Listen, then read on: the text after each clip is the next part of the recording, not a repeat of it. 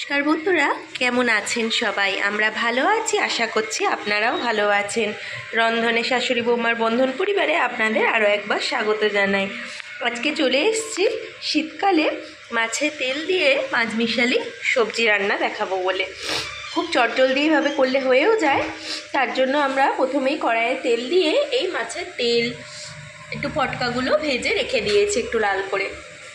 আর এদিকে ওই একই তেলের মধ্যে তরকারিটা বসাবো। তার জন্য আমরা সব রকম সবজি যেমন আলু, শিম, পেঁয়াজকলি, বেগুন, গাজর সব কেটে দিয়েছি। দিয়ে একটা সিটি দিয়ে লবণ হলুদ দিয়ে একটু ভাপিয়ে জল ঝরিয়ে নিয়েছি। আপনারাও এরকম হাফ বয়েল সিদ্ধ একটু করে নেবেন। এবার ওই একই তেলের মধ্যে মামুনি দিয়ে দিচ্ছে দুটো শুকনো লঙ্কা, আর দিয়ে দেবে একটু পাঁচফোড়ন। ভিডিওটা স্কিপ না করে দেখতে থাকুন। আর আপনারা কারা কারা মাছে তেল দিয়ে এরকম পাঁচমিশালি সবজি করে খান জানাবেন কমেন্ট করে।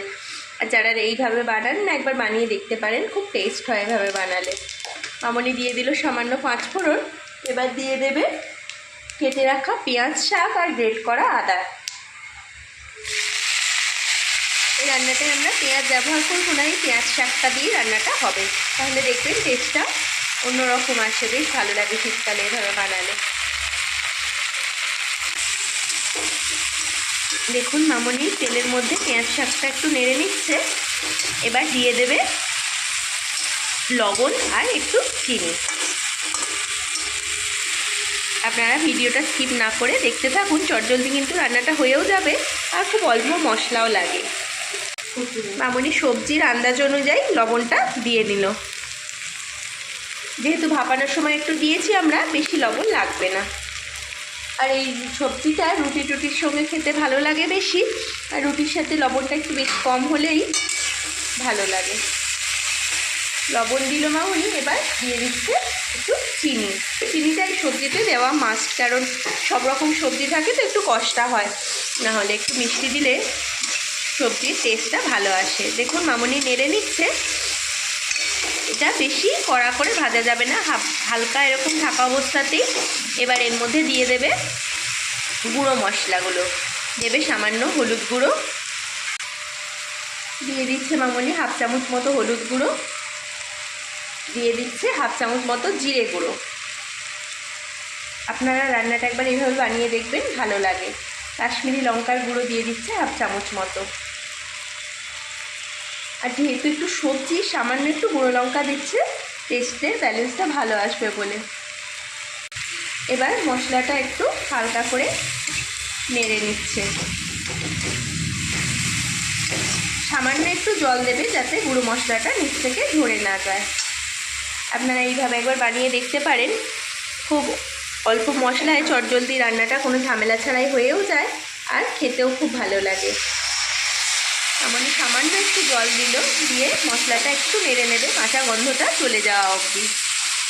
এই দেখুন বন্ধুরা, গুঁড়ো মশলাটা তেলের মধ্যে মামনি পেঁয়াজ শাকের সঙ্গে নেড়ে নিল। এবার দিয়ে দিচ্ছে সামান্য ধনেপাতা কুচি।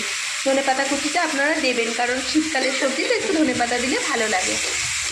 এবার গুঁড়ো মশলার গন্ধটাও আস্তে আস্তে চলে গেছে, আর আদার গন্ধটাও আর নেই। এবার মামনি এর মধ্যে দিয়ে দেবে ওই ভাপিয়ে রাখা সবজিটা।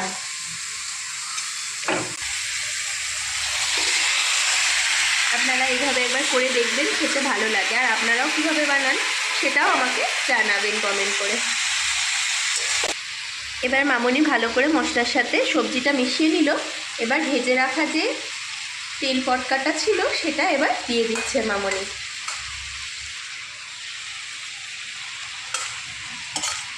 আপনারা কারা কারা এইভাবে পাঁচমিশালি সবজির সাথে তেল পটকাটা খান জানাবেন কমেন্ট করে।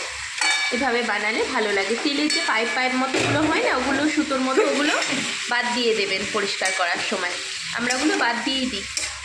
একটু চর্বি তেল যেগুলো হয় সেগুলোই শুধু নিই, আর পটকাগুলো দেখে নেবেন একটু তেতো যেন না হয়, তাহলে কিন্তু তরকারিটা আর খাওয়া যাবে না। ভেজে একবার দেখে নেবেন জিভে দিয়ে যে ঠিক আছে নাকি। দেখুন মামনি দিয়ে দিল, মিশিয়ে নিল। এবার সামান্য একটু জল দেবেন। মামনি ওই মাছের কড়াটা মাছের তেল ভাজা কড়াটা বুলিয়ে সামান্য জল এতে অ্যাড করে দিল। সবজিটা যেহেতু হাফ বয়েল সিদ্ধ হয়ে আছে, বেশি জল দেওয়ার দরকার নেই, এই সবজিটা একটু গামাখা হবে। দেখুন মামুনি দিয়ে দিল। এবার ঢাকা দিয়ে মিনিট 5 রাখতে হবে। আপনারা কিন্তু স্কিপ না করে দেখতে থাকুন রান্নাটা। মামুনি চারিদিকে দিচ্ছি, এবার ঢাকা দিয়ে 5 মিনিট মতো হতে দেবে রান্নাটা। এই দেখুন বন্ধুরা, মিনিট 5 পরে আমরা ঢাকাটা খুলে নিয়েছি। দেখুন কি সুন্দর একটা কালার এসছে, আর খুব সুন্দর স্মেলও বেরোচ্ছে, আর খেতেও খুব টেস্টি হয়েছে। এইভাবে অবশ্যই একবার বানিয়ে দেখতে পারেন আপনারা। মাছের তেল চর্বি দিয়ে পাঁচমিশালি সবজি। রান্নাটি কেমন লাগলো কমেন্ট করে জানাতে ভুলবেন না। ভালো লাগলে লাইক কমেন্ট সাবস্ক্রাইব করবেন। ফেসবুকে আমাদের পেজটিকে অবশ্যই ফলো করে নেবেন। ভিডিওটি এতক্ষণ ধরে দেখার জন্য আপনাদের অসংখ্য ধন্যবাদ আর অনেক ভালোবাসা। আজ তাহলে আসি, আবার দেখা হবে অন্য কোনো দিন অন্য কোনো নতুন রেসিপি নিয়ে। ততক্ষণ আপনারা ভালো থাকুন, সুস্থ থাকুন। এবার এটা আমরা পরিবেশন করে দেবো।